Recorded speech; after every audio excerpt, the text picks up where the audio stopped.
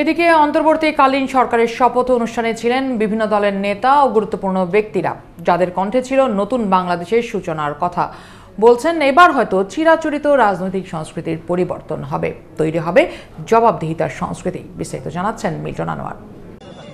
8:30টায় বঙ্গভবনে অন্তর্বর্তীকালীন সরকারের যে শপথ, সেই শপথের আনুষ্ঠানিকতা প্রায় শেষ হয়ে গিয়েছে। কিছুক্ষণের মধ্যে সেই শপথ হবে এবং তার আগে যে সুশীল সমাজের যে প্রতিনিধিরা, তারা রাজনৈতিক নেতৃবৃন্দ এবং ব্যবসায়িক নেতৃবৃন্দ, তারা কিন্তু বঙ্গভবনে এর মধ্যে উপস্থিত হয়েছেন এবং বঙ্গভবনে 450 অতিথি সামনে আজকে অন্তর্বর্তী সরকার তারা শপথ নেবেন রাষ্ট্রপতির কাছ থেকে।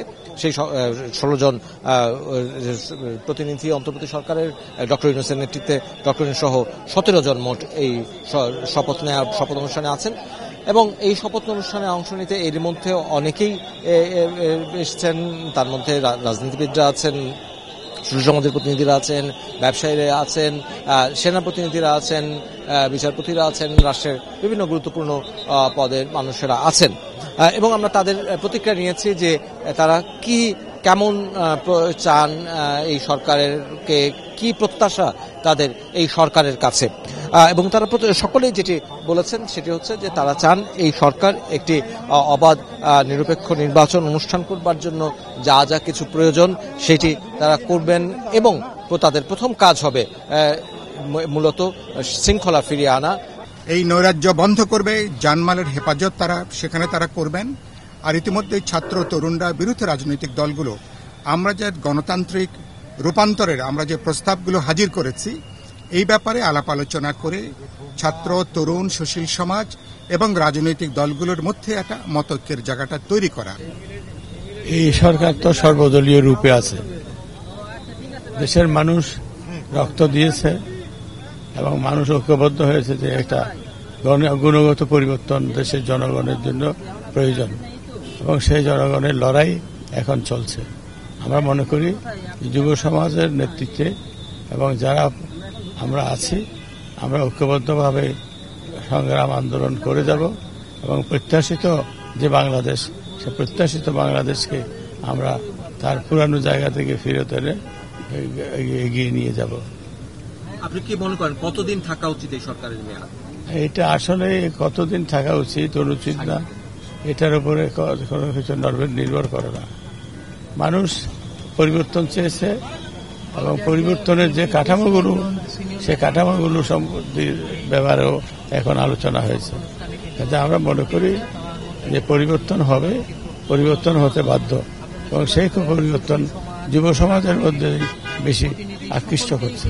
প্রত্যাশা একটাই, যত তাড়াতাড়ি দ্রুত একটা সংস্কার করে জনগণের ভোটার দেওয়ার জন্য, জনগণের ভোটের মাধ্যমের জন্য দেশে একটা সুষ্ঠু অবাধ নির্বাচন অনুষ্ঠান করে। একটাই, আমরা বাংলাদেশের মানুষের অধিকার চাই যাতে একটি সমৃদ্ধশালী বাংলাদেশ গঠনের জন্য নাগরিক সমাজ যেন ভোট দিতে পারে, তার পছন্দের প্রার্থীকে তারা যেন নির্বাচিত করতে পারে। কতদিন আমরা চাই যত দ্রুত সম্ভব বাংলাদেশকে সচল করা এবং সচল করতে হলে একটি নির্বাচিত সরকারের প্রয়োজন। সেই দায়িত্বই বর্তমান সরকার পালন করবে, এটা দেশবাসী মনে করে। ভয়মুক্ত দেশ চাই এবং তার রাজনৈতিক, তার গণতান্ত্রিক, সাংবিধানিক অধিকার ফিরে পেতে চাই, তার মালিকানা ফিরে পেতে চাই এবং সকলের জন্য বৈষম্যহীন একটা দেশ চাই। না, এটা যত তাড়াতাড়ি সম্ভব। দিনের শেষে দেশের মালিক তো জনগণ এবং জনগণের ক্ষমতায়নের মাধ্যমে বাংলাদেশে আগামী দিনে গণতন্ত্র প্রতিষ্ঠিত হবে। তারা যাতে তাদের প্রতিনিধি নির্বাচন করে, যেই প্রতিনিধি তাদের কাছে দায়বদ্ধ থাকবে, জবাবদিহি থাকবে এবং জবাবদিহিতার মাধ্যমে একটি দেশ একটা লেভেল প্লেইং ফিল্ড থাকবে এবং তাদের সাংবিধানিক, রাজনৈতিক, গণতান্ত্রিক অধিকার ফিরে পাবে। দেশে আইনের শাসন থাকবে, ভয়ভীতি মুক্ত পরিবেশে মানুষ যাতে জীবনযাপন করতে পারে। আমরা 6 মাস সাংবাদিক সম্মেলনের মাধ্যমে আমাদের মোহতারাম আমির 6 মাসের কথা বলছেন।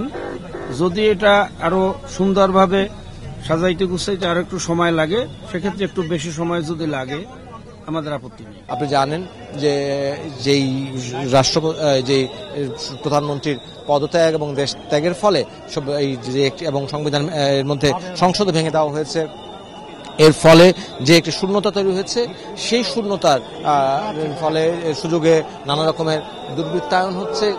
সেই শূন্যতা পূরণ করে দুর্বৃত্তায়ন কমানো এটি একটি গুরুত্বপূর্ণ কাজ। এবং দ্বিতীয় যে গুরুত্বপূর্ণ কাজটি সেটি সব জায়গায় একটি তৈরি করা, এটি হচ্ছে তাদের প্রত্যাশা। এবং এটি বলছেন তারা, এবং আমরা তাদের কাছে জানতে চেয়েছিলাম যে এই সরকারকে আপনারা কতদিন দায়িত্ব পালনরত অবস্থায় দেখতে চান।